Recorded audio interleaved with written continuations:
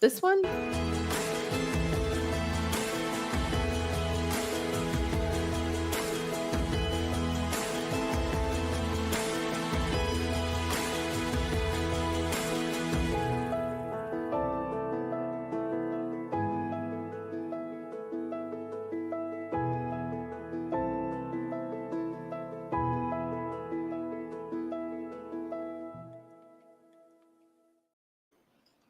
Welcome to this episode of the AntiChrist. It is part of our ongoing series where we're talking about the events of the last days and what will materialize as we move to year 6000 Yah, which is just 8 years into our future.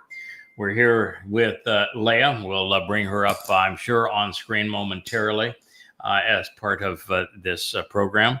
And it is an amazing experience that we have just experienced together, to use experience there 3 times now in one paragraph, and that I have been expanding what can be gleaned from what Yahweh revealed in Numbers 11, 12, 13, 14, and 15. And while it is a hysterical, it is a hysterical, little. It really is. That was a Freudian slip there. It is a hysterical Yes, narrative.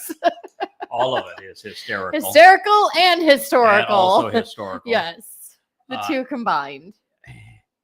It is also prophetic and riveting in its prophetic implications.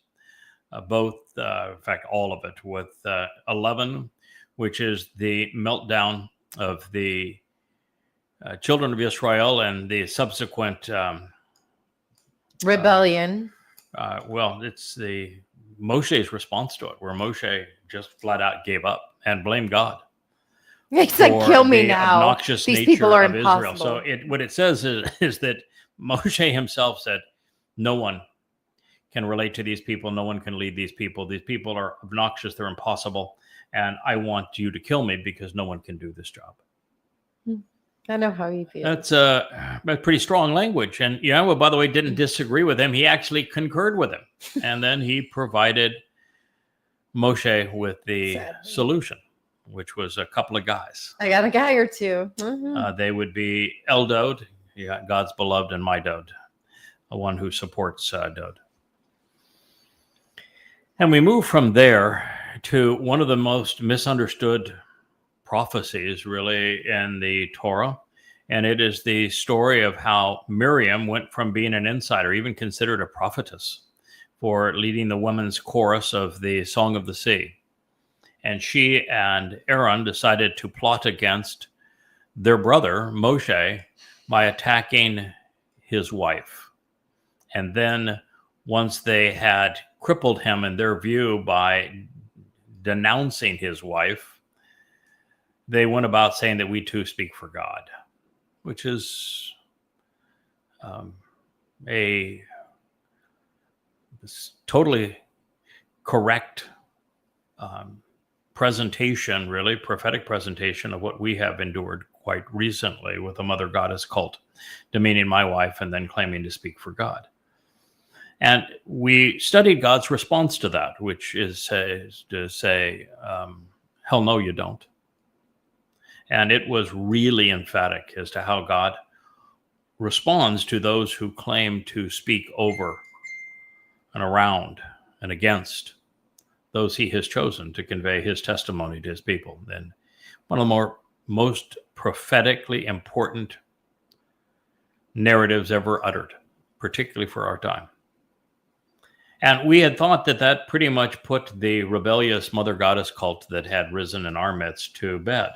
And also taught us a great deal about the nature of those God's chooses to work through and how they're flawed, even Moshe, and how the job of leading Yisrael back to Yahweh and back to his son, Dod, back to the truth about what God is offering them and expects in return. What we have learned in those 2 chapters is that Israel is indeed impossible. The job that God has asked me to perform on behalf of his people has never been achieved because the people are that obnoxious. Jews, I'm sorry to tell you, you have a real problem with God. We always have. Yeah. And then we go into the 13th chapter, which over the last few weeks I have translated and commented on. And in the 13th chapter, we have the story of the spies. Mm-hmm. And what you find is that Moshe begins by saying some things again that he should never have said. Moshe is really having a tough time at this point. And he gives them a pep talk that has things in it that you just say, oh my God, he didn't say that, did he? And I can relate. and apparently, and they go and they do this thing and they come back and they are just out of their minds. They're lying. They're imagining things. They are denouncing God. They're spitting in his face. They're saying, we don't want this. We just as soon go back to Mitzrayim. And in fact, if our choice is to live with God in this place or die, we'd rather die. Mm-hmm. And we want to go back to Mitzrayim. And then you go into the 14th chapter, and they're grumbling to Moshe again and saying, we don't want you anymore. We want to pick our own leader. And they tell him that essentially we despise God. And then you finally have two guys that stand up. Caleb is the most articulate of them, and he has this whole speech about, if God can still accept us and tolerate us based on all we've just said and done, then if he's with us, we don't have to worry about the people in the land. That God's given it to us. He'll be with us. We'll be fine. Let's go. The land is beautiful. And then they are challenged by one of the spies who just absolutely trashes them and trashes the land and trashes Yahowah and is just belligerent and obnoxious towards God. And unfortunately, he represents virtually everyone in the audience because they all speak with one voice. And they decide that they want to stone Caleb to death. That's how angry they are. It gets worse and worse and worse. And finally, Yahowah says, okay, he hasn't been there to be seen. And he shows up in significant power and the tent of the restoring witness. Imagine that. And that distracts them from stoning Caleb, of course, and Yosha. And what he says, it's hard to imagine coming from God. And we will go over it in great detail, but let me just give you a quick summation, which is that any Jew that says God is with us, any Jew that says we're being protected by Hashem, no, that we're going to pray to Hashem and it'll be just fine. Well, I'm sorry. Your God despises you. Well, that's fair because they do too. Yeah, his perspective is that you have disrespected him, despised him that first. you actually abhor him, that you've chosen to replace him. All and he true. thinks that based upon what he has done for you, that is so obnoxious that he wants no part of you. And he says, as far as I'm concerned, you're as good as dead. You're disowned. I want nothing to do with you. I'm out of here. Our relationship is over.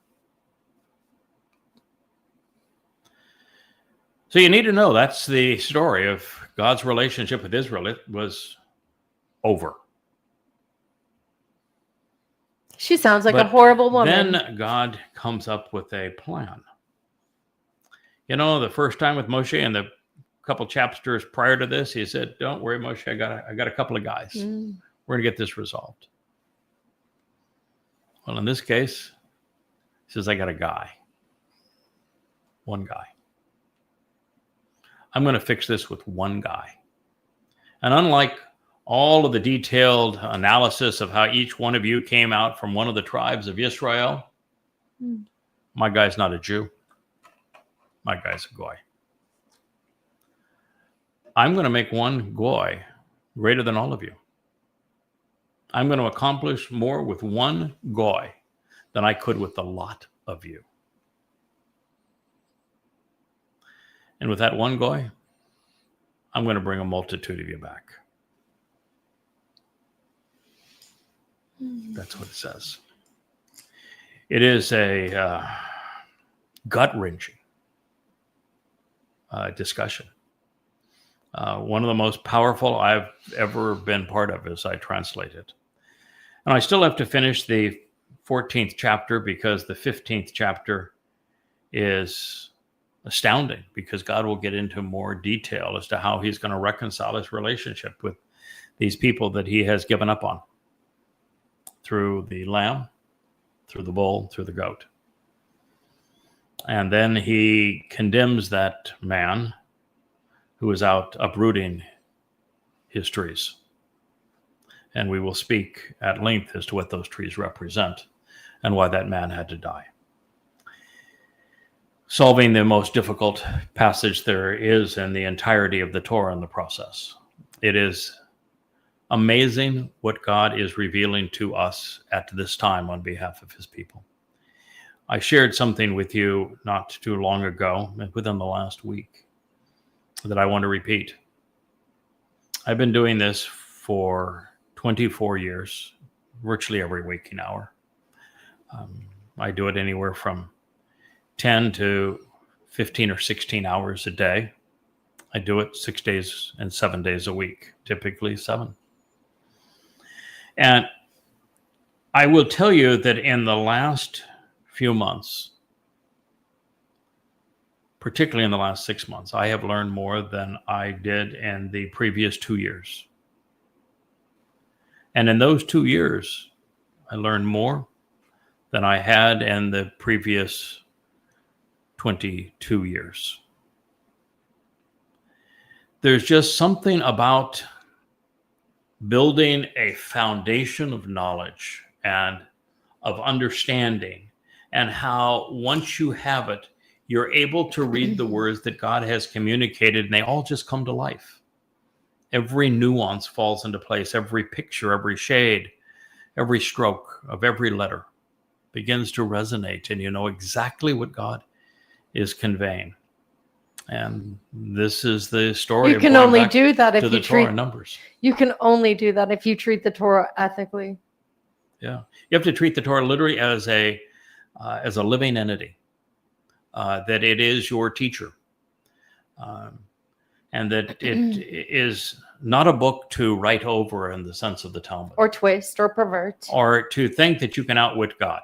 I'm going to tell you that God, all the way through this process, not a bright idea, was unbelievably brilliant as he dealt with these malcontents. Yeah, you can't outwit God, but it's for damn sure you can learn from him. And he has a wicked sense of humor. Oh, and a sense of irony as well. Oh, it's amazing. You know, and here I was, just good fun, you know, mocking myself for God referring to me as the Palmoni, and having a good laugh at it, you know, and saying, yeah, now I'm the little Palmoni. Say, thanks God, that was really fun. You're mocking me for telling you that I think I can out-design the platypus. I knew you'd get me in the end. Can't compete against God. And so here I am having fun with being sort of mocked in a fun way with the Palmoni reference. And God comes up with this one in Numbers 14 that is beyond anything I could have ever imagined. It goes so far, and we will prove it when we go back there, as to say that Yisrael, Jews, God is absolutely and unequivocally not with you. And he is absolutely and unequivocally with me. And if you want to be part of us and be reacquainted with Yahowah, You need to listen to what Yahweh has to say through me. And then you will be part of that magnificent assembly that will be gathered together on Yom Kippurim as part of the celebration of Towrah prior to it, so that we can all dance together again during Sukkah. This is your opportunity. And if you continue to be belligerent, if you continue to pretend that your Hashem, your G-D that you have made up is with you, you will not be part of those who go forward in time. All right. So with that lighthearted introduction. Wow, very lighthearted indeed. Yes. We're Well, going I have this feeling that many Yahud who are just simply so enmeshed in their rebellion and hatred for Hashem, the name, first of all, bamboozled by our leaders, religious and otherwise. And, we're going to keep on doing the same thing we dig in. We dig in. That's what we do. And we're really good at it. Yeah. It's an unfortunate thing because we're capable of so much more. God, in that passage in Numbers 14, actually says that one goy will be greater than all Israel. And he doesn't say that because he wants one goy to be greater than all Israel. It's because the one difference in that one goy and all Israel is the one goy was willing to listen. If you ask this Yahud, to me, you are greater than all Israel, because every single one of them are in open rebellion. So it was a very clear statement that one goy be greater than all of Israel. And his greatness isn't because of him, although Yah was very good at sharing credit. He would do one thing that Israel would not do. Actually listen to God. In Debatim, where it says that, listen, Yisrael, Yahweh is your God, Yahweh is one. And Israel has turned that into a prayer where they screech Adonai and remove Yahweh's name. Yep. And rather than listen, they cry. Like a little punk. It is the epitome of what the problem is. Yes. And when Yahweh says that one goy will be greater than all of Israel, that goy is not in a position to brag because it's a very low bar. You have set a very low bar. That is true. You have rebelled against God. You have upset him. You have denounced him. You have done everything you could to rebel against him. And he happens to be God and doesn't appreciate it. And then you've spit on his son, and he doesn't appreciate that either. And so what we learn is that God couldn't save Israel through Israel. You were too far gone. Too dangerous. Too belligerent, too hard-headed, too stubborn, too obnoxious, too full of yourselves, too Talmudic. And that God literally could not save you from yourselves. And that the only opportunity for you, Israel,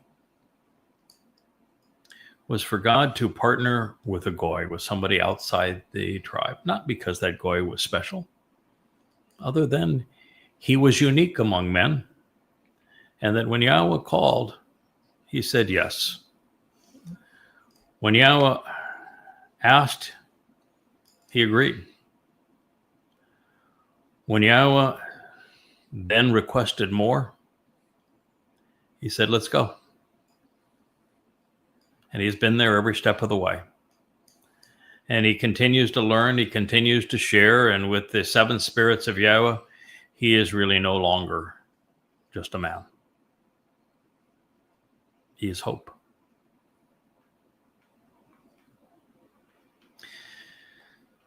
So in spite of God's animosity towards the children of Israel, in spite of the fact that the final chapter has already been written and all of the plans of those who are religious and political have been foiled,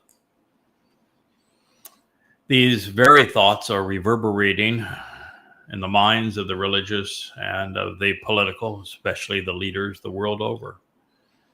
And that makes this prophetic also of Muslims.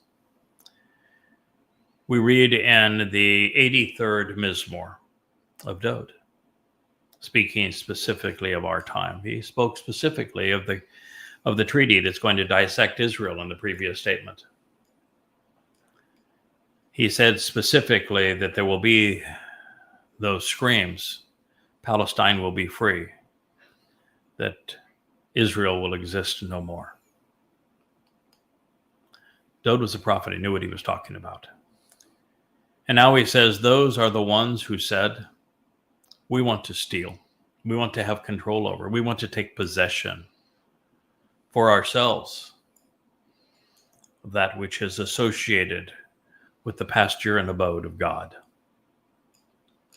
Psalm 83:12. Now, Muslims in particular have branded Israel as their own with the Dome of the Rock and with Al-Aqsa Mosque. They even claim to be a chosen people. Mm-hmm. Before and after, they have systematically terrorized the chosen people.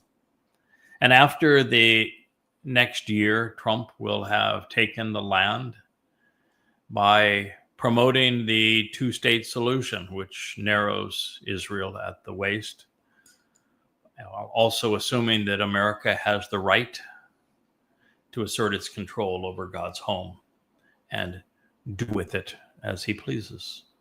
This is the very thing that will elevate Donald Trump, as he is possessed by Satan himself, into the status where he claims to be a god.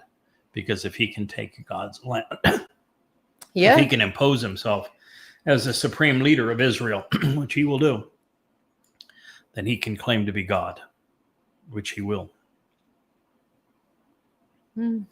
Plotting among his cohorts and using the United Nations, he seeks to impose his authority over all Israel. And he continues to issue resolutions that are more resolutions against the Jewish state than all other nations combined. Now, all of this brings us to the word associations and visual picture that was shared between Mizmor 83 and Yashayah 17 and 18, making these connections essential for our understanding of the events which will play out during the time of troubles.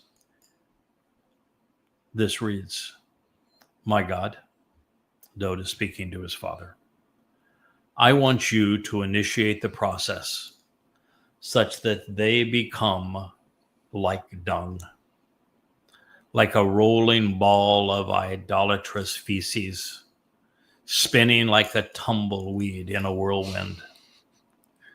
Gagal. Gagal is a dead and dried calyx of thistle. A whirling chariot wheel is part of a weapon of war or a troop transport spinning out of control. It is from the root galal, which means dung. Yelul, religious idols. Goleleth, skull.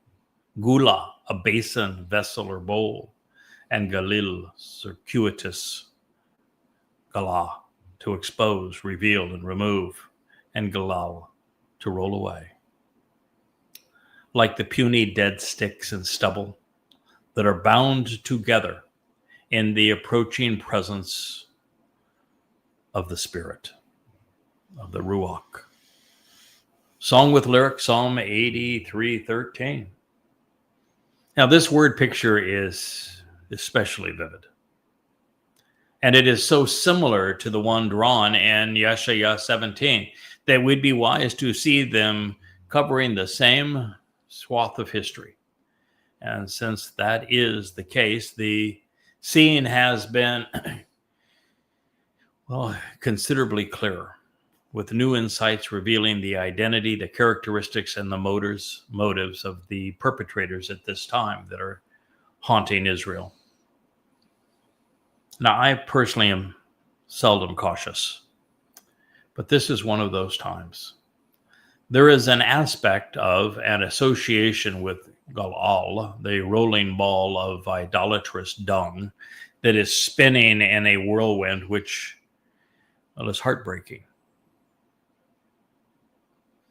And this was something you pointed out, Leo, that there are thousands of unglazed gula, pottery vessels, inscribed with both Hebrew and Aramaic, that have been found in Mesopotamia, dating to the time of the Babylonian Talmud and the time that Islam was born. These incantation bowls are covered with chants, combining magic spells and prophetic statements, divine names, and dead spirits. Many gula have been found with Gogolith skulls inscribed on them. They were used to frighten off evil spirits and to enlist the help of demons, to harm adversaries or find love or money, as the case may be. They were even decorated such that they are pictorial representations of the desired spells around the bottom quarter of these gula. Many, if not most, intermingle Torah and Talmud stories with Babylonian religious myths and Greek Gnosticism. Sadly, not only is the Babylonian Talmud riddled with these same myths, magic spells, and incantations. You missed one, G1. What about the Golem? Oh, that's a huge one. Big Hebrew campfire story. Yep, Golem. So these same Talmud myths have become the principal basis of Judaism. Mm-hmm. The Talmud contains stories about demonic encounters and of rabbis using magic spells to harm and heal, demonstrating the words found on these gula were woven into the religious culture of the Jews at the time that the Babylonian Talmud was being codified. The same demons solicited in the Talmud, such as Ashmedai and Lilith, also appear on the gula clay vessels. And by the way, they also made it into the Quran and into the Islamic Hadith. Ain't that something? Yep. This is particularly distressful because these same rabbis are indeed responsible for Islam's Quran. Without them, the Quran doesn't exist. Without them, Islam doesn't exist. And therefore, Islamic terrorism directed at Israel only exists today because rabbis sold Muhammad their Talmud stories. Had they not done so, and had Muhammad not twisted them and attributed them to Allah, Islam would not have been perceived as a religion today. Muhammad would have been nothing but an impoverished version of Genghis Khan. Also damning, just as a self-acclaimed rabbi, Shaul, Paul authored the pivotal books of the Christian New Testament. And just as rabbis played the leading role in helping Muhammad create his Quran, the rabbis are the ones who created the Talmud and wrote these magic spells also for the Zoroastrians. Mm-hmm. And by intermixing their various religious beliefs, there is even one such bowl in which the rabbi spoke of the power of the cross that included a reference to the pagan concept of the Trinity. Isn't that something? All to market the gula to Christians. Mm-hmm. The sad truth is that Judaism is as steeped in pagan, Babylonian religious lore and Greek Gnosticism as is the Christian New Testament. Sure is. Even the phylacteries are pagan. Though David, who I am convinced is the author of this Mizmor, this psalm, knew better. He wanted no part of religion or of the religious.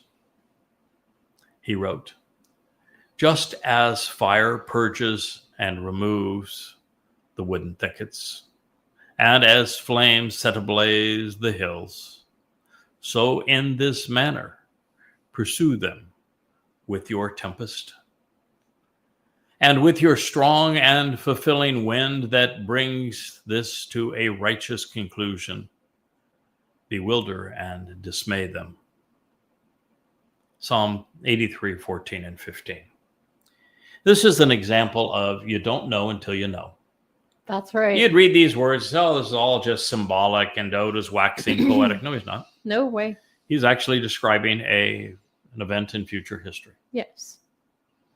You see, there's going to be 2 purging fires on the day of Towrah, Yom Towrah, in year 6000 Yah, September 24th of 2033. One of those fires, both of which, by the way, are set by Yahweh, is going to rid the world of the religious and political, the patriotic and the conspiratorial, and it's going to incinerate them. It's going to remove them. Right? Throughout the wooded thickets. They're going to set the hills ablaze. Mm-hmm. Kind of like dung. It's going to pursue them to the ends of the earth. That will be it for religion. That will be it for politics. That will be it for militarism and conspiracy. They will all be gone. Go away. All gone.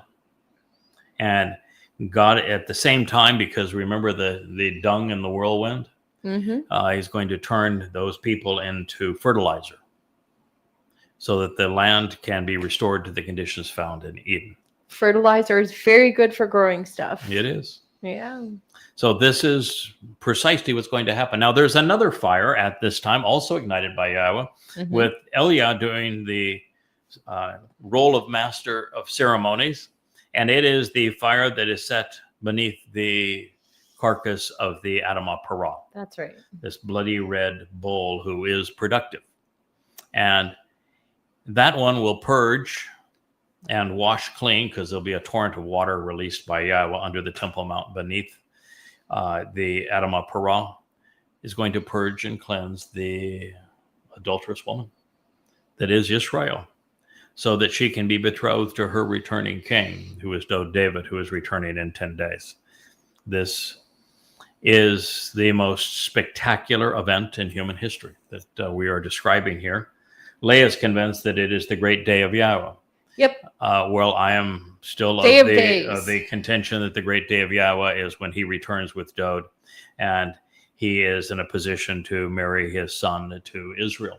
I think it's when everybody comes back to the land, and they Towrah. are able to make come back on Towrah. That is correct.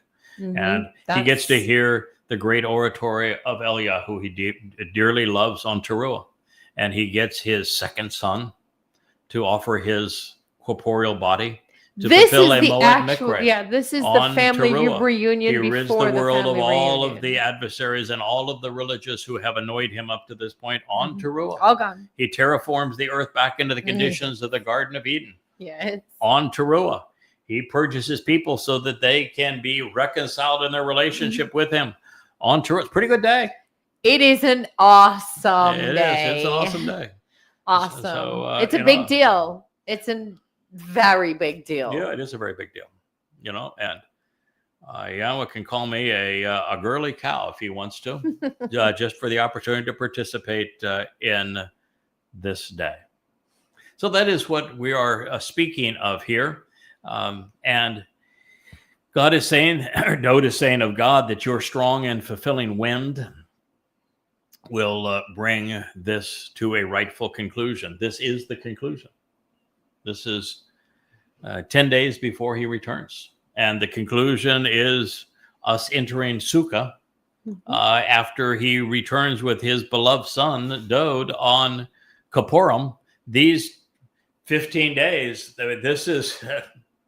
home stretch. Wow. This is just, that's the greatest show of earth. These 15 days are exceedingly special. And you'd have to be out of your ever-loving mind to continue to give homage to a Hashem and a G-D and pretend that the rabbis know what they're talking about, that they're somehow esteemed or smart, or that you continue to be a Christian or continue to be a Muslim, continue to speak out against Israel. You've got to be out of your ever-loving mind to be a Marxist when you could participate in all of this. You could be there. You could share this extraordinary time. And the reward is that you get to live with God, camping out with him on the earth, restored to the conditions of Eden for 1,000 years. And that's just the beginning. That's just the hello. You had me at hello. That's just the hello. After that, it's an eternity in the 7 dimensions of the universe. Well, 6 of the universe. I think you have to want to be there, darling. Well, of course you have to want to be there. And you got to have the want to even be in a position to be there, because you've got to know who Yahweh is. You've got to learn who he is, what he's offering, what he expects in return, what's going to happen over these next years. We've done probably 1,000 hours now of these blogs. Yeah. And we have written 25,000 pages. You can see these books behind me. Written 25,000 pages of information on coming to Yada Yahowah. You got to read. You got to listen. Even that, but even that there's some that do, you have to treat the text ethically and not go and do your own thing.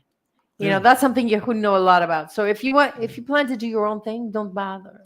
I made a comment in the chapter that I'm writing now for Coming Home 4, that at this point, the only way back to Yah was through Yada Yahowah. And that sounds a bit much, doesn't it? Until you realize that there isn't enough time left to do what I've done for you. There isn't enough time to go back to the oldest manuscripts of the Torah from the Dead Seas and to scrub the text. Worse than that, there's statistical probability that points to one person and one person only. Sorry. Yeah, but you can't go back and scrub the text of the diacritical markings and the religious influence of the rabbis. You barely have enough time to scrub your mind of the influence of Judaism religion, or Christianity or Islam, and to take God seriously. And then to tie all of the necessary statements together so that you have a translation that's accurate and complete and explained for you with all of the necessary insights provided so that you can capitalize upon it, so that you understand the relationship between Yahweh and his beloved son Dod, the covenant and the invitations to meet with God. It's just not possible now. You don't have enough time to get a product like these written. I mean, this is one of 35 books. And look at this. I mean, it's 825 pages. It'll take you a year just to read it all. Well, with amplified translations where you have the opportunity to see in bold what is the key element that is being communicated, and the parenthetical, the ability to check and validate the Hebrew word to see to it that it's accurately rendered, and then an expanded version of that so that you know even more about what God had to say, and then an explanation further down of what all of those words mean relative to everything else God said. And this volume is just on the 2 harvests. This is just on Shabuah and Towrah, 2 of 7 invitations to meet with God. And that's just one aspect of our relationship with God, are these Moed Mikre, which the rabbis have so screwed up that you have to completely purge your mind. You have to go back to the point where you say, I know nothing. Yep. You have to forget even total reset what you think Passover means. Yeah. Start or all any over, of it. because Passover is not the beginning of the Exodus. Passover is not the doorway to freedom. No. Passover is not a 7-day holiday. No. All of that you have to discard. Passover is the doorway to life. Matzah is the time of freedom, and it's away from religion and politics. And Passover is part of matzah, not the other way around. That's right. And it's on matzah that your guilt, religious guilt, is removed from you and taken into Sheol, never to be seen again. And that leads to Bikurim, which is firstborn children, all of which were fulfilled by Yahweh's Bakor, firstborn son, in year 4000 Yah, 33 CE. Now, none of that is conveyed in Judaism. None of that is conveyed in Christianity. All of that is conveyed by God. So you just don't have enough time to put all these pieces together. I've been working at it for 24 years, 100,000 hours to give you this gift because this is what Yahweh wants you to know. Well. Where can they find those books? YadaYah.com. Mm-hmm. All over this site. You can see it here on the blog. Let's see, right there. So it's the opposite direction here on the screen that you would naturally think, but I got it there, right there. YadaYah.com, right there on the screen. And you'll find that all of those books are available and page turners, easy to read on your phone, your computer, your television, a tablet, laptop, you name it.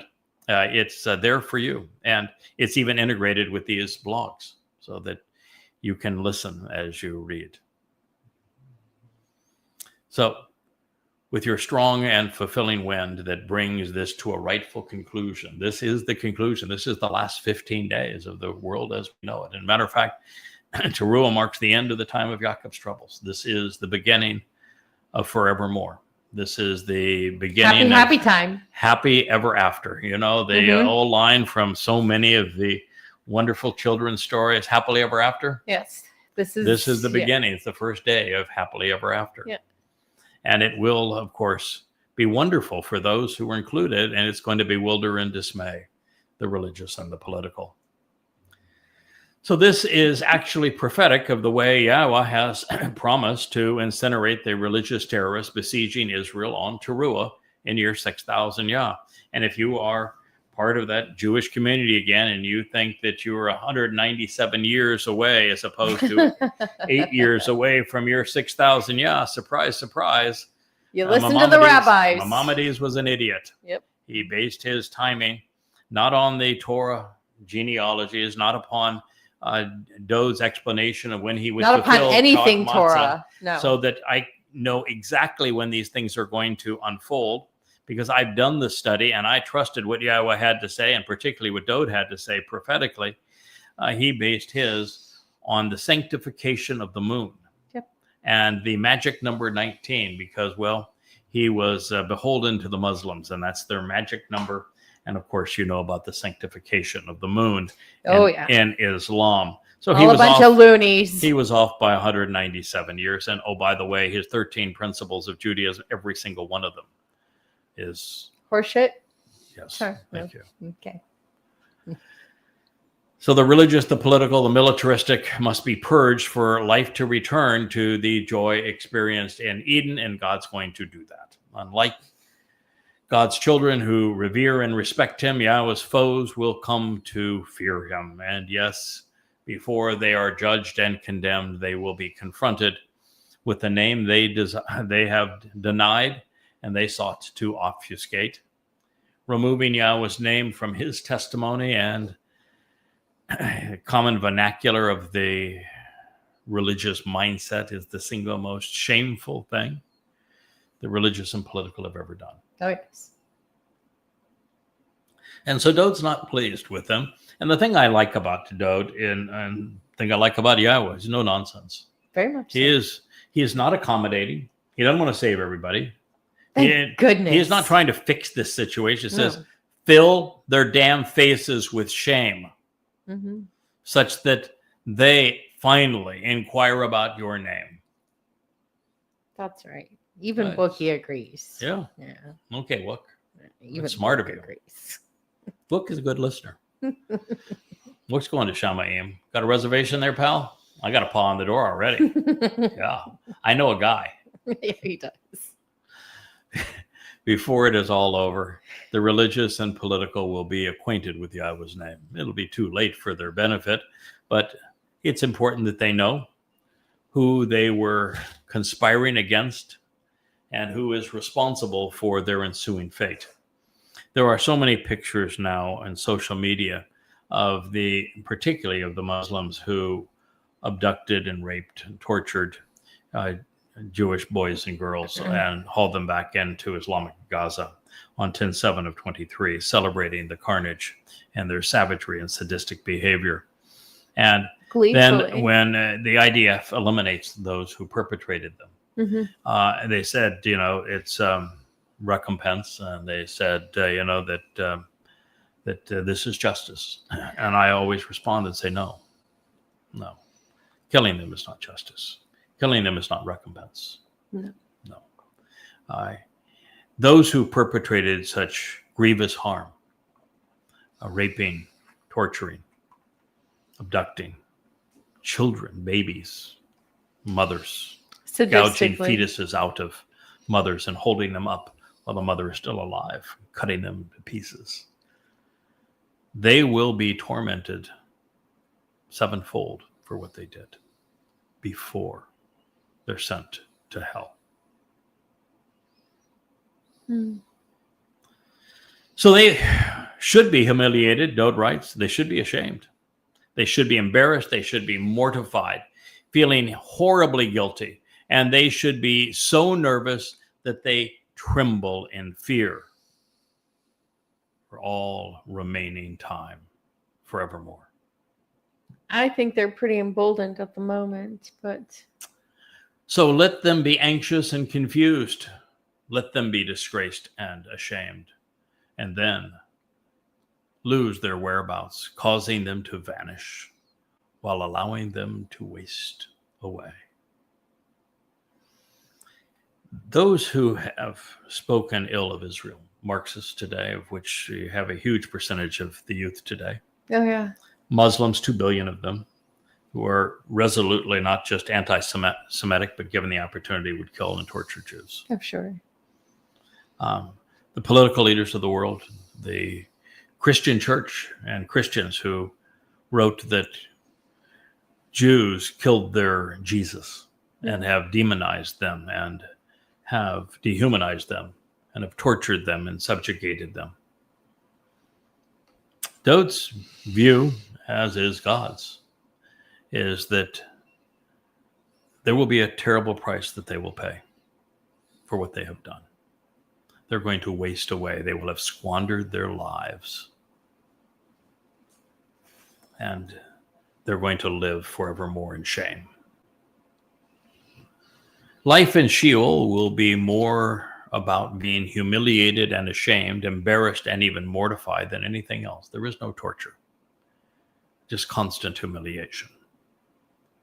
And it is about discovering that one has been wrong and has chosen poorly. Even as those incarcerated dig for something meaningful, they will remain anxious and confused forever. In his psalm, Dode wrote, and then let them know that you, whose name is Yahowah, are Almighty God over all of the earth. Hear that look?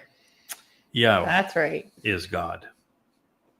And until you know that and proclaim that, you have no idea who God is. Your Hashem is not God. Your GSD is not God. Your Lord is not God. Your Lord. Your Jesus is not God. For damn sure your Jesus and your Allah is not God. Yahweh is God. With the Lord of the earth incarcerated on Towrah, and with those who did Satan's bidding destined to a similar fate, Dode wants the religious to know that God has a name. You see, Dode's purpose is very similar to my own. I have two, he had two. His was to credit Yahowah with everything worthwhile, and then to serve his people by fulfilling Pesach, Matzah, and Bokodim. Yeah. My goal is to reacquaint Israel and the world with Yahweh's name and reacquaint them with the realization that Dode is their Savior, the Messiah, the Son of God, their King, who fulfilled Pesach, Matzah, and Bokodim. Now, I will have the opportunity to go one step further and make a sacrifice on behalf of Yisrael on Towrah and to be part of that tremendous performance that's going to be coordinated between Elia and Yahowah on that day. Oh, a goat, a ram, and a bull. Yeah, Yeah. indeed. But for this day, my job is simply to act like the moon, an inert object that, well, not so much inert. It does spin around the earth, doesn't it? But an object that's inanimate and that doesn't create any of its own light, but it reflects the sun's light, particularly in the darkness hours. And the sun represents Dod, and he is the greater luminary. And the moon simply reflects everything that's important to know about Dod. I've always been in love with the moon personally. If you don't have it, do you know how awful it is? How Like, dark and it is I at used night. to live in a jungle, like a real jungle. Mm-hmm. If you have no moon, it's very dark and you don't see much. Clearly, the moon has value. Oh yes, It's just that it's particularly at it night. is a pale reflection. It is of a the pale sun. reflection. We know our place. It's lovely to have it on a dark night, Mhm. though. So as we move back into Daniel and we open the 8th chapter, we return to Hebrew because we have previously been struggling In Aramaic. with Aramaic. Yeah. And while there is lots of commonality, I will tell you that my Aramaic stems and conjugations and vocabulary isn't quite up to the snuff of what I have learned over the past 24 years in rendering the Hebrew as accurately as possible. But we are now back to our good friend, Hebrew. And as we press ahead, future history is being revealed and explained so that we understand from our past what will transpire in our future. History repeats itself Oh yeah. because far too few learn its lessons, and we will not make that same mistake. This is the beginning of Daniel 8. In the 3rd year of the reign of Belshazzar. Belshazzar is from Bel, which means the Lord. Protect the king. Commonly transliterated as Belshazzar, the last king of the Neo-Babylonian Empire, 556 to 539 BCE. The ruler, a communication appeared to me. I, Daniel, which means my God is judgmental, had it shown to me after the previous one. Daniel 8:1. So now it's 553 BCE. Daniel is still a prisoner in Babylon, although as a result of his literacy and intellect, he is an advisor to Belshazzar, a conniving, money-grubbing, and murderous usurper. By this time, however, he knew that Babel's days were numbered. The demise was imminent. The extravagantly adorned city-state was doomed because it had institutionalized religion and had integrated it into the government, not unlike the Catholic Church for a few hundred years, or For most more of correctly, history. about 1800 years, Yeah. or even Judaism in Israel today, Mhm. and Islam in some 55 different Islamic majority nations. Although in its death, this maggot, adorned in butterfly wings, would spawn a stream of evil that would flow well beyond the banks of the great river. The political and religious metamorphosis would transpire over 900 years, with the most diabolical monsters evolving out of Babel's hideous shadow. And you know the most direct legacy of Babel is the Bible. Written exactly the same way in Hebrew, means to confuse and confound. And the by story, intermixing. the storyline, the narrative is so, oh my God. Babel is from Ba, and Bel, it means Yes, with with the the Lord. Lord. And the Lord is Hasatan. Mm-hmm.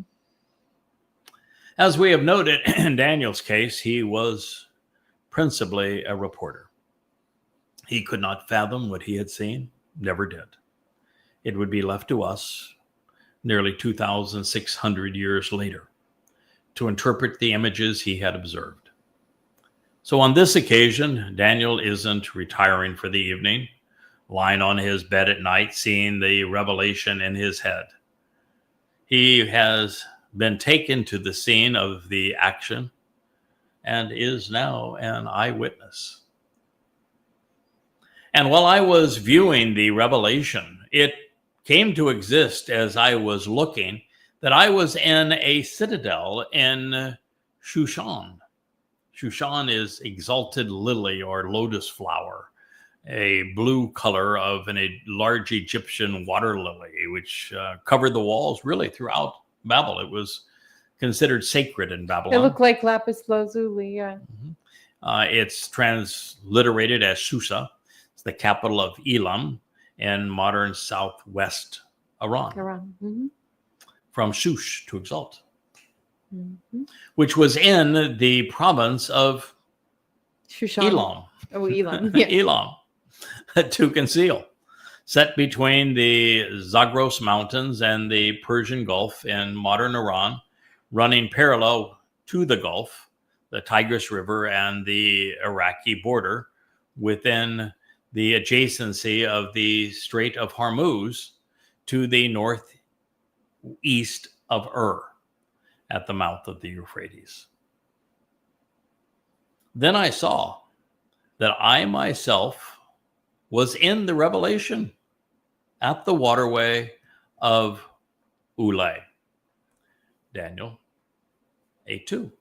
Now, Elam is not well known today, referred to as Tamati by those who lived within the region. It was acknowledged in Sumerian and Akkadian, as well as Hebrew texts, as Elam, signifying that it was the name of Shem's eldest son, who is said to have settled there. Its history spans more than 2 millennia, from 3200 to 539 BCE. And they've never been able to translate the Elamite language. Nope. Nope. The community grew as a result of 3 tribes allying in response to a series of incursions by Sumer.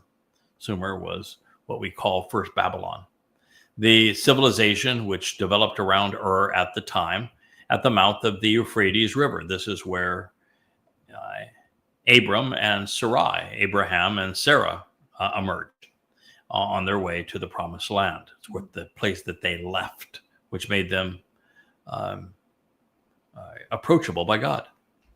To venerate their gods, these people at this time built ziggurats to sun deities, and they carved statues to the Queen of Heaven, replete with fish and serpents. At their zenith, the Elamites successfully raided Babylon and reconstructed elaborate temples and palaces. Ultimately, the Elamites became the Romans, and they destroyed themselves through a series of civil wars with brother fighting brother. Ashurbanipal initiated the most devastating of these eternal conflicts, waging war against his brother, Shamash Shum Uken. After his victory, he described the citadel by saying, Susa, the great holy city, abode of their God, seat of their mysteries. I conquered, I entered its palace, I opened their treasures, where silver and gold, goods and wealth were amassed, and I destroyed their ziggurat of Susa. I smashed its shining copper horns. I reduced the temples of Elam to naught. Their gods and goddesses I shattered to the winds. The tombs of their ancient and recent kings I devastated. The guy was pretty full of himself. I exposed to the sun, and I carried away their bones towards the land of Asher. And I devastated the provinces of Elam, and on their lands I sowed salt. These fellows were nothing if not militant, covetous, and braggadocious. Trumpish, if you if you will, long before Trump's time. There was an interesting, confabulation is the Coppercon. There is an interesting footnote associated with the Shushan story, especially since this prophecy will highlight the rise and fall of the Macedonian Empire, while the next will actually detail the circumstances surrounding Alexander the Not-So-Great's death. Mm-hmm. It was in Susa, circa 323 BCE, prior to Alexander's arrival in Babylon and subsequent death, that his most trusted oracle, that of the Swami Kalanas, committed suicide by self-immolation. Prior to his fiery demise, however, the Hindu sage served as Alexander's spiritual advisor, his prophetic forecaster, and his intellectual muse. I think that if I was getting my giggles from a man that burned himself to death, I think I'd find somebody else. I would think that the clown jester, the ultimate joker and stooge, would be better than a man that's going to go out in a blaze of glory. Brazen, during their initial meeting, Kalanas actually commanded Alexander the Not-So-Great to strip naked if he wanted to hear what he had to say, a demand that might have led to his death had the sage not also said that Alexander came from Jupiter and thus was a god. An old man at the time, Kalanas was more than twice Alexander's age, but that did not stop him from being the general's favored yoga instructor and conversationalist. Alexander was one weird dude. However, Kalanas ultimately tired of the travel associated with the Macedonians' conquests.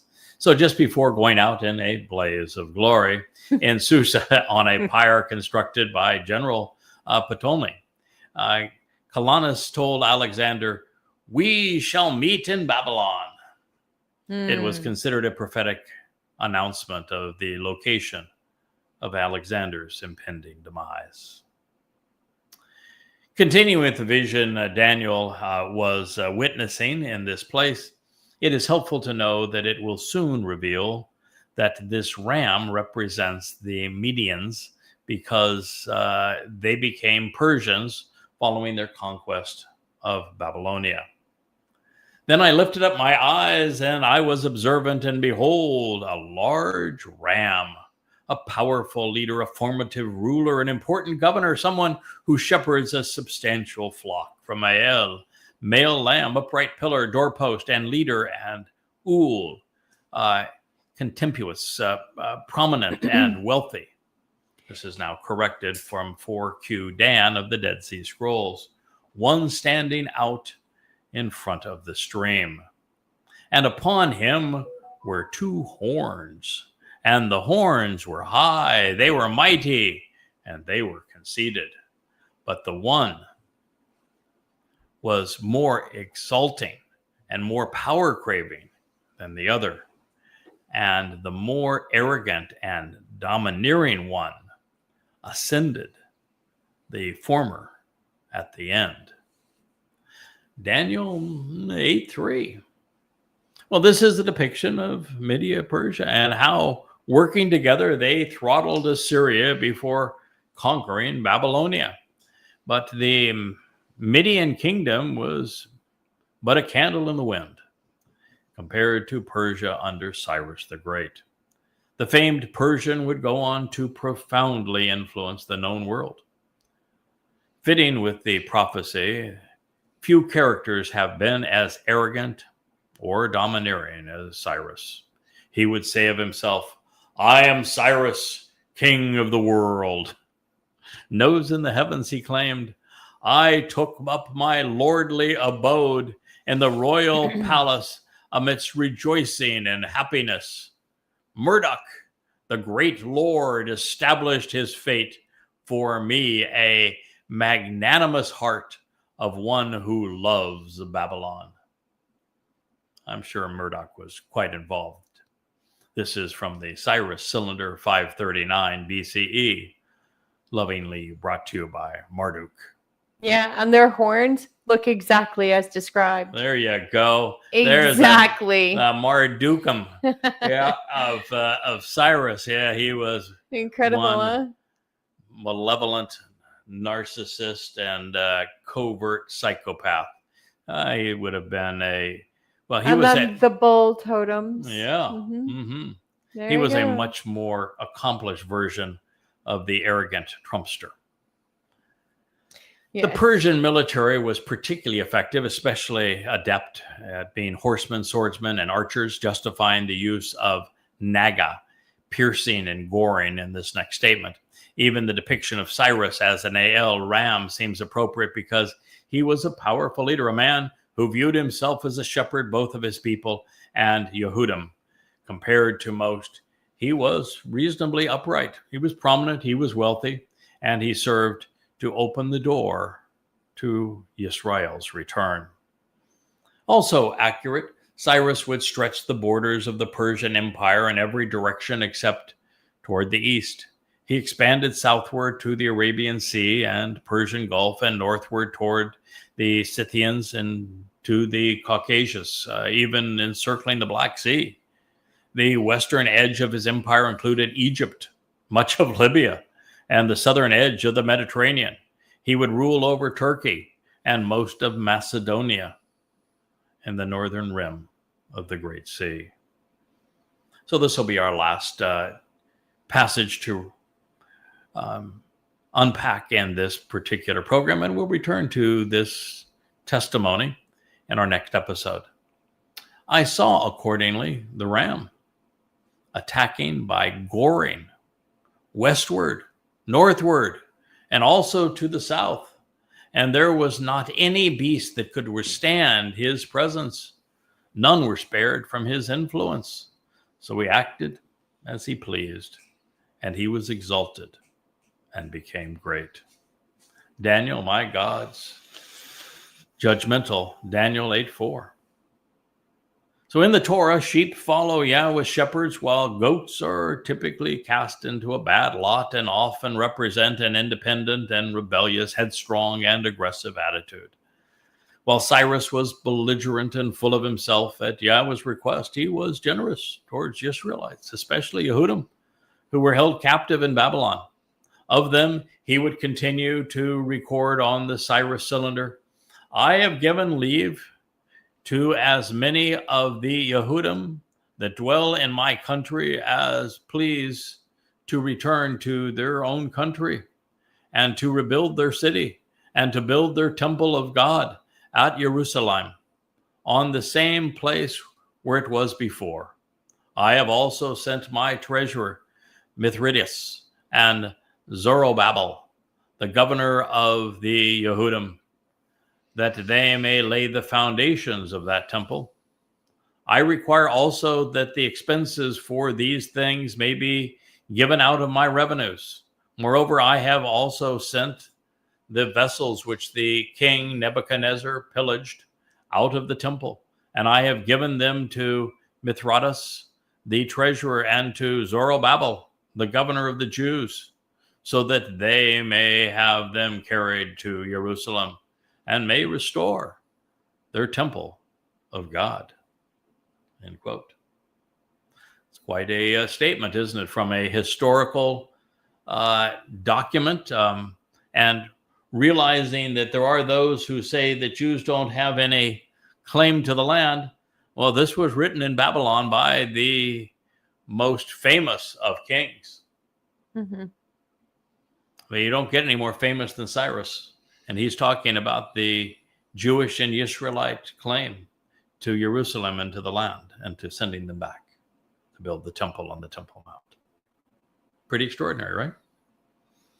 Perhaps the ignorant and irrational Marxists who in forums such as the United Nations are wont to deny any association between Jews and Judea or their Temple Mount, ceding it to the Muslims who would not even exist for another 1,200 years. Nope. Should consider Cyrus's history of this place. I assume, but they don't. I would assume they can read. Barely. In spite of this rather of his rather glaring issues. It's now obvious why Yahweh anointed Cyrus such that this Gentile would serve as a means to liberate God's people and fund the rebuilding of Yahweh's house. And it, as we know, as it turned out, unlike most Jews, Cyrus listened to Yahweh and did as God had requested. There are similar examples among the chosen people, although they are few and they are far between. So thank you. We've enjoyed this hour with you, had some surprises along the way that we got to share. Look forward to being with you again tomorrow. Thank you, Leah and Wookie, for having participated in this show. Asher is laying at my feet. We have the keeper of the cables over in his office doing his thing. Maybe he'll show us a happy smile. There he is, the handsome Rich doing his thing and making all of this work for us. So thank you again for being part of the YAHOWAH blog. Good night. Shalom.